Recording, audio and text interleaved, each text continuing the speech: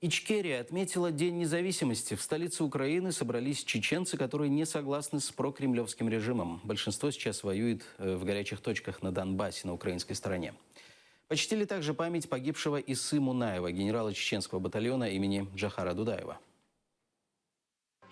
Отметить День независимости Ичкерии в столице решили автопробегом. Утром машины с украинскими и чеченскими флагами проехали по центральным улицам Киева. День независимости моей родины, нашей родины. Нохчичо, страна Ичкерия. Страна, которая дружественна украинскому народу. И мы вместе боремся за нашу свободу. Далее отправились в Центральный дом офицеров. Открыли стенд памяти чеченского генерала Исы Мунаева. Здесь личные вещи командира, в частности форма, в которой он был, когда его ранили.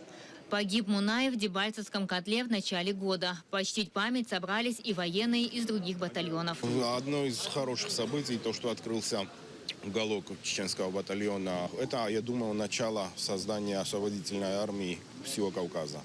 И, конечно же, это очень важно для чеченского и грузинского народа, потому что сегодня обе страны находятся под российской оккупацией. Пришел отдать честь чеченскому генералу лидер крымских татар Мустафа Джемилев.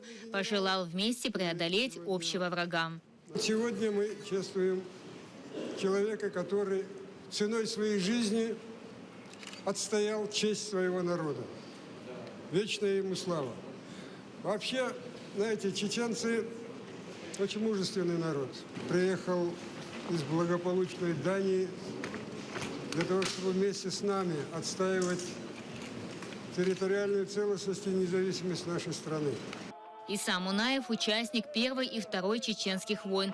С начала конфликта на востоке Украины возглавил батальон имени Джохара Дудаева. Он был личным врагом Путина и Кадырова.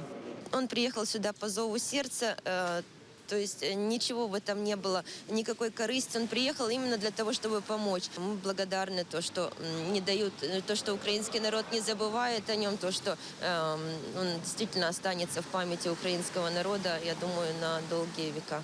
Генерала вспомнили в молитвах.